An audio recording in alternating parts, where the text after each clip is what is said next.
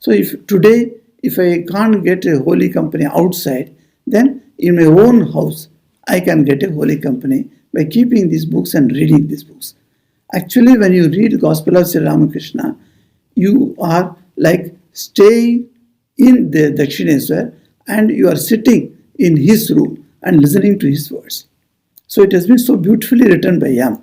So that's why we are just transported to Dakshineswar and we live in Dakshineswar. And all the detailed description that Yam gives can take our mind to that. I always say that by reading Gospel of Sri Ramakrishna, one of the important benefit to us is that we can think of Sri Ramakrishna's Leela in a very, very wonderful manner. In what manner? It's wonderful, why I say is, you can see what is depicted in the book and you are in that situation as it were. So it is long back. It is, this is 18 before Swami Ramakrishna passed away in 1886 and 5-6 years before this gospel was being done. So Yam used to go to him at Dakshineswar and Ramakrishna used to speak to him. And even that, long back, it has been written, when you read it now, as if you are listening to him today. So this gives a vivid picture of the situation of Sri Ramakrishna's living at that time. And when you close your eyes and sit in meditation, and you can actually visualize those situations, and you are also walking with Yam towards the Mother Kali's temple. You are coming down and you are standing at the entrance of Ramakrishna's room and you are looking through the window or the entrance gate and you can see through the door Ramakrishna is being seated in the small cart. So vividly you can remember and you can think of that. That is a sort of meditation. Then he says, go to solitude. This also, the second item he says that going to solitude is nowadays you may say is very difficult. Because where is solitude is there? Even when you go to any place outside, plenty of people are there, tourists are there. Even people say that we have to go to Rishikesh and get the solitude. It's not so. Many people have come back from Rishikesh and told me that, Maharaj, what a crowd there and what a noise there. Everywhere you got a noise, where is solitude?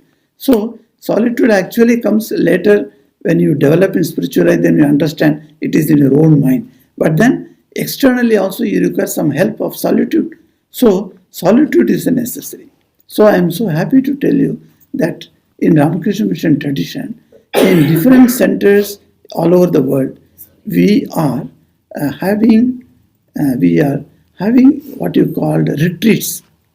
And the retreats are a time for solitude. If you have once a year you attend a retreat, that means you are able to utilize the solitude there. So you go to retreat, and in the retreat generally we don't indulge in this type of gossip, idle talk. So we are focused on a particular theme of spiritual life, and then we don't spend time in waste. So that solitude is going on. So second practice he says. Then he says, practice discrimination. This is also very important because the third part he says that practice discrimination. Discrimination, that's the word is used here for viveka. Viveka is translated as somewhat discrimination. The discrimination, of course, has got a very much abused word also. We find that, the racial discrimination, religious discrimination, like that also the word is used. But here in our religious life, discrimination is used mainly with regard to what is truth, what is not truth.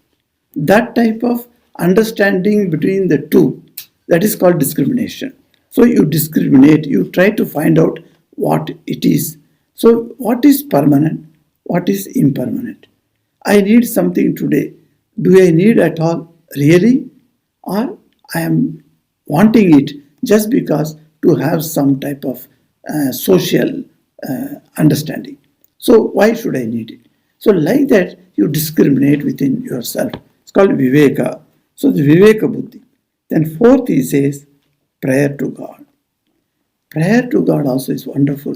Mainly in Hinduism, we find we do lot of hymns, but the prayer as such we may not be doing, because in the hymns itself whatever we want all are written. So we have asked.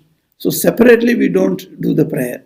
But Sri Ramakrishna shows us in this gospel how to pray.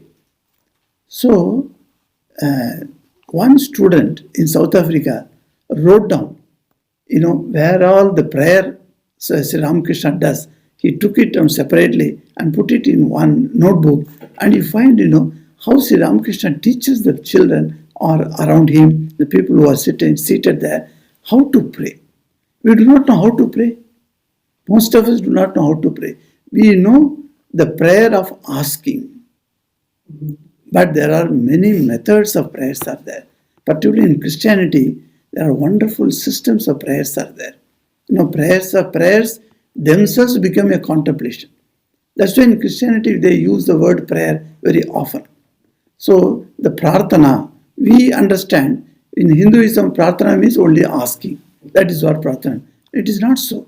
The prayer word significance goes much deep rooted, because you just appreciate the beauty of the Lord. That is also a prayer. Or you speak about the qualities of the Lord. That is also a prayer. So it is not merely asking something. Asking, of course, it is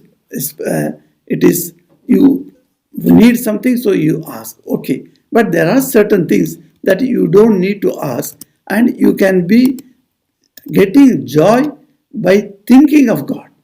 So that itself is a great prayer.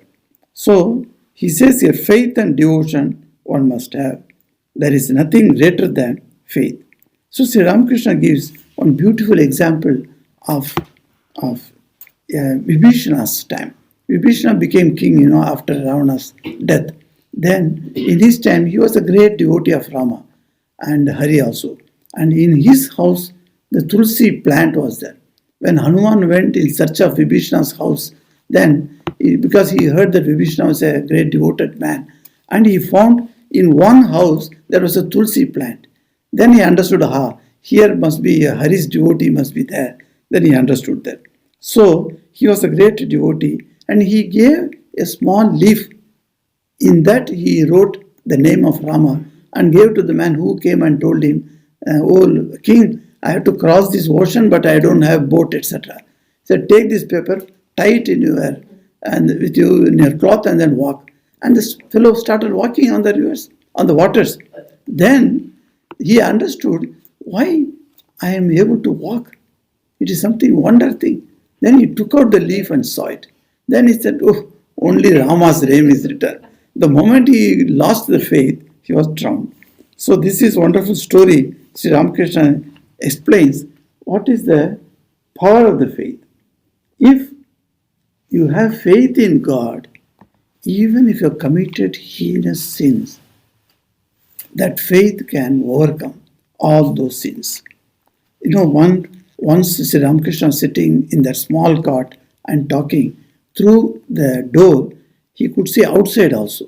There are many people seated in the room, and one fellow was standing outside the room for a long time. Now all the people have gone. Sri Ramakrishna came out to the veranda and saw that man was standing there. And he said, "Hey, you are standing for a long time. Why you didn't come inside?" That man said, in a very, very gad tone, it was shaking voice. He was telling that, "You see, oh master, I was afraid to come near you." He said, "Why?" He said, "Because I have done all types of sins. There is no sin left in this world that I have not yet done. So such a sinful person, how can I come nearer to the holiest person? So I am afraid." Then Sri Ramakrishna went near to him, tapped him on his back and said, "Say with me, I am the son of Mother Durga." And he repeated the words. Then Sri Ramakrishna admonished him, "What? I am the son of Durga. Can any sin approach me? No sin can touch me. Like that you have the faith." And then he started repeating Mother Durga's name and he started having the faith. And he said, "From now on, say that you will not incur any sin." That's all. Whatever sin you have done in the earlier, that's all gone.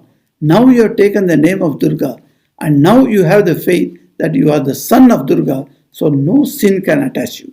And that is what the wonderful song that Narendra was singing. So, whatever wretched though I may be, how canst thou then, O blessed one, withhold from me deliverance?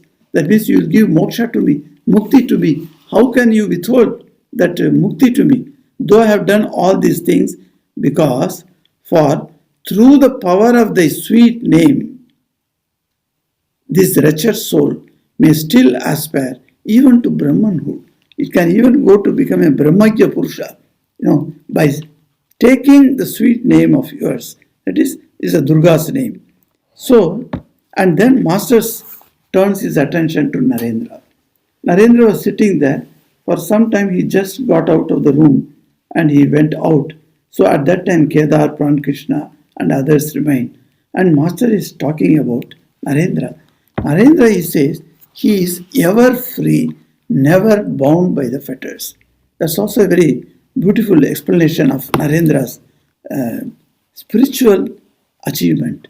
Even at that young age, 18, 19-year-old boy, seeing him, Sri Ramakrishna used to get ecstasy because he is seeing a person whose mind is on a very, very high level, even at that age. And that person, he says, he compares him with Homa Paki. There is a bird in Puranas we hear about Homa Pakshi. So this Homa, that type of bird, this Homa, it doesn't come down on the earth and stays on the trees. It stays on the top, somewhere in the sky. And it's such a height it stays, there itself it lays in an egg. And the egg also starts falling down. And while falling down, it's such a height it is there, and the egg hatches. And from the egg, the chick also comes out. And the chick looks down and it sees, there is the earth down below. And if I come down, I will go to thrash to the earth and I will die. Immediately, it starts opening his eyes and wings also grow. All these things happen while that Homa Paki, that Homa bird, is falling towards the earth. So when it is coming down towards the earth, it is actually growing also. And once it gets the wings, immediately it looks up and sees her mother, and then he flies up. So, now what does that mean? That Narendra, though he is very young, he is like that Homa bird. He cannot be brought or bound by the fetters of the world. That's why he compares him with the Homa Paki. And then he says, what accomplishments he has got. He excels in singing, playing on instrument, study, and everything.